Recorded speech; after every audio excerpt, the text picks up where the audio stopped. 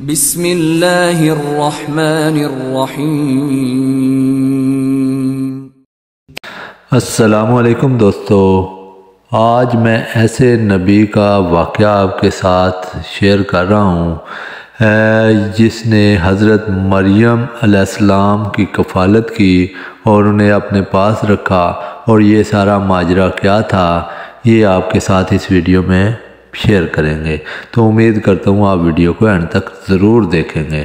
حضرت زکریا علیہ السلام اللہ تعالیٰ کے انبیاء میں سے ایک نبی ہیں جنہیں اللہ تعالیٰ نے بنی اسرائیل کی طرف رسول بنا کر بھیجا۔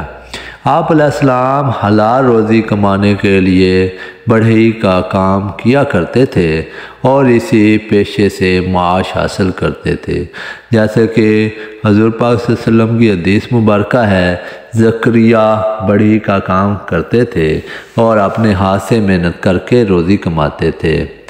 بڑھاپے تک آپ علیہ السلام کے ہاں کوئی اولاد نہیں ہوئی، اور نہ ہی آپ علیہ السلام کو اپنی قوم میں نبوت کا کوئی سچا جانشین نظر آیا۔ حضرت مریم علیہ السلام کی والدہ کافی عرصے تک بے اولاد رہیں۔ آخر کار اللہ تعالیٰ کے فضل و کرم سے جب حمل ٹھہرا تو انہوں نے یہ نظر مانی کہ اللہ تعالیٰ مجھے جو بھی اولاد عطا فرمائیں گے میں اسے اللہ تعالیٰ کے مقدس گھر یعنی بیت المقدس کی خدمت کے لیے وقف کر دوں گی۔ ان کی خواہش یہ تھی کہ اللہ تعالیٰ انہیں بیٹا عطا فرمائیں گے، لیکن اللہ تعالیٰ کی مرضی وہ جو چاہے عطا فرمائے۔ اللہ تعالیٰ نے انہیں بیٹی عطا فرمائی۔ بیٹی پیدا ہونے پر انہوں نے اس کا نام مریم رکھا، اور اللہ رب العزت سے عرض پیرا ہوئی کہ اے اللہ میرے ہاں بیٹی پیدا ہوئی ہے۔ اللہ تعالیٰ نے انہیں الہام کیا کہ اسے میری راہ میں وقف کر دو، لہذا وہ حضرت مریم علیہ السلام کو لے کر بیت المقدس حاضر ہوئیں۔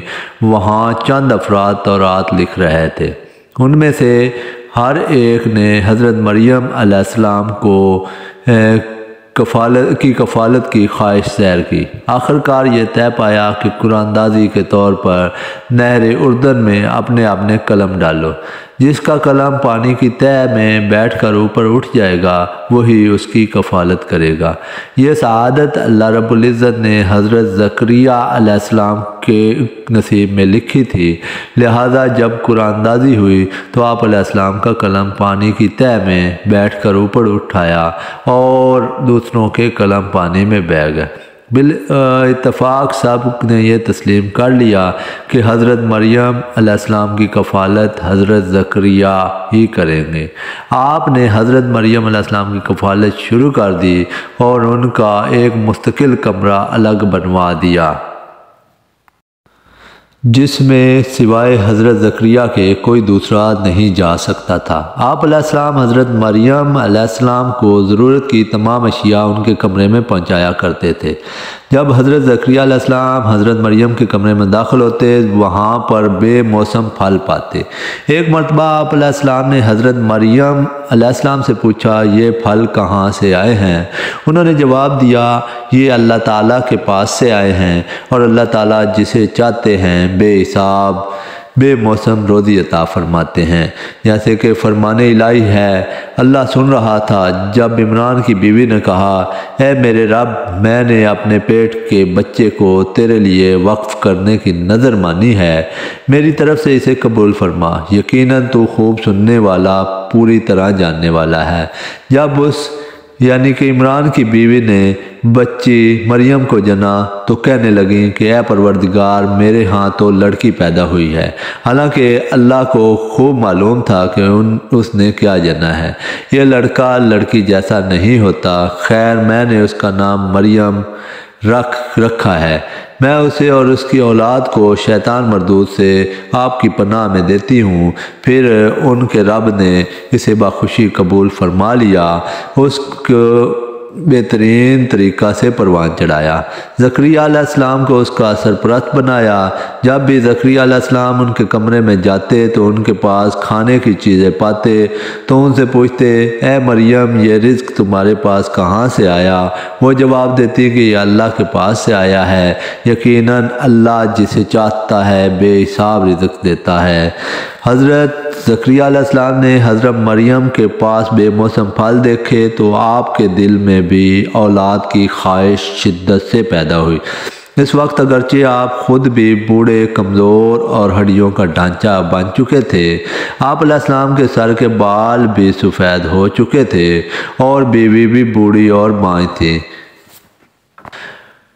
مگر پھر بھی اللہ تعالیٰ کی رحمت سے نا امید نہیں ہوئے اور چپکے اللہ تعالیٰ سے اولاد کے لیے دعائیں مانگی۔ فرمان الہی ہے، اے میرے پروردگار، مجھے اپنے پاس سے پاکیزہ اولاد عطا فرمائیے، بے شک آپ ہی دعا کو سننے اور قبول کرنے والے ہیں۔ اور ایک اور جگہ پہ ہے، اے میرے رب، پس مجھے اپنے پاس سے ایک وارث یعنی لڑکا عطا فرمائیے۔ اے میرے پروردگار، مجھے تنہا نہ چھوڑیے، آپ تو بہت سب سے بہتر وارث ہیں۔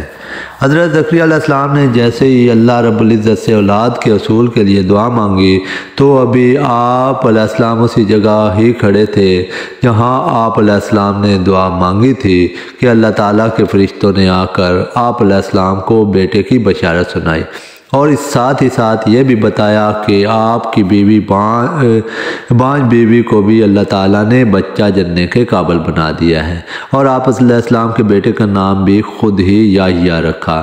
اور فرمان الہی ہے، فرشتوں نے انہیں آواز دی جب وہ کمرے میں کھڑے نماز پڑھ رہے تھے کہ اے اللہ تمہیں یحییٰ یعنی بیٹے کی یقینی خوشخبری دیتا ہے، جو اللہ کے کلمے کی تصدیق کرنے والا، سردار، نفس پر قابو پانے والا، نبوت والا اور نیک لوگوں میں سے ہوگا۔ اور ایک اور جگہ پر قرآن مجید میں ارشاد ہے، یہ آپ کے رب کی رحمت کا ذکر ہے جو اس نے اپنے بندے زکریا پر کی تھی جب انہوں نے اپنے رب سے چپکے دعا مانگی تھی کہ اے میرے پروردگار، میری ہڈیاں کمزور ہو گئی ہیں اور بڑھاپے کی وجہ سے بال سفید ہو گئے، لیکن میں آپ سے دعا مانگ کر کبھی محروم نہیں رہا، اور مجھے اپنے پیچھے اپنے رشتہ داروں کا ڈر ہے کہ میری بیوی بھی بانجھ ہے، پس آپ مجھے اپنے پاس سے وہ ایک وارث عطا فرمائیے جو میرا اور یعقوب علیہ السلام کے خاندان کا وارث بنے، اور اے میرے رب ایک پسندیدہ انسان بنانا۔ اللہ تعالیٰ نے فرمایا، اے زکریا، ہم آپ کو ایک لڑکے کی خوشخبری دیتے ہیں جس کا نام یحییٰ ہوگا، اس سے پہلے ہم نے اس کا ہم نام کسی کو نہیں بنایا۔ جب اللہ رب العزت نے حضرت زکریا کو اپنے فرشتوں کے ذریعے بیٹے کی خوشخبری سنائی تو آپ علیہ السلام کو بڑا تعجب ہوا کہ میں خود بھی بوڑھا ہو چکا ہوں اور میری بیوی بھی بانجھ ہے، اب اولاد کیسے ہوگی؟ اور آپ نے اللہ تعالیٰ سے اس پر کوئی نشانی مقرر کرنے کی درخواست کی۔ اللہ تعالیٰ نے نشانی یہ مقرر فرمائی کہ 3 دن اور 3 رات تک آپ لوگوں سے بات نہیں کر سکو گے، صرف اشاروں سے بات کو سمجھا پاؤ گے۔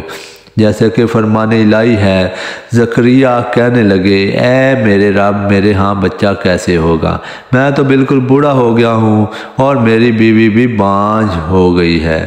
جواب ملا، اسی طرح اللہ جو چاہتا ہے کرتا ہے۔ زکریا نے کہا، اے میرے رب، میرے لیے اس کی کوئی نشانی مقرر کر دیجئے۔ اللہ تعالیٰ نے فرمایا، اس کی نشانی یہ ہے کہ 3 دن تک تم لوگوں سے پھر زکریا اپنے حجرے سے نکل کر اپنی قوم کے پاس آئے اور ان کی طرف اشارہ کرتے ہوئے کہا، تم صبح و شام اللہ کی تسبیح بیان کیا کرو۔ یہودی چونکہ آپ علیہ السلام کے بہت زیادہ مخالف تھے، انہوں نے آپ علیہ السلام کو قتل کرنا چاہا۔ آپ علیہ السلام بھاگ پڑے تاکہ ان کے ہاتھ نہ لگ سکیں۔ سامنے ایک درخت آیا اور اس کے اندر شگاف تھا۔ آپ علیہ السلام اسی درخت میں گھس گئے اور اس درخت کا شگاف بند ہو گیا۔ یہودی آپ کے قدموں کا پیچھا کرتے ہوئے جب درخت کے پاس پہنچے تو دیکھا کہ قدموں کے نشان آگے نہیں جا رہے، تو انہوں نے اس درخت پر ہی آرا چلا دیا۔ جب آرا زکریا علیہ السلام کی پسلیوں تک پہنچا تو آپ کے منہ سے کراہنے کی آواز نکلی۔ اللہ تعالیٰ نے آپ پر وحی فرمائی کہ اگر آپ کا کراہنا بند نہ ہوا تو میں پوری زمین کو تمام مخلوقات سمیت الٹ کر تباہ کر دوں گا، اور اگر آپ نے صبر سے کام لیا تو میں ان یہود پر اپنا غضب نازل کروں گا۔ چنانچہ آپ علیہ السلام کے جسم مبارک کے 2 ٹکڑے کر دیے گئے۔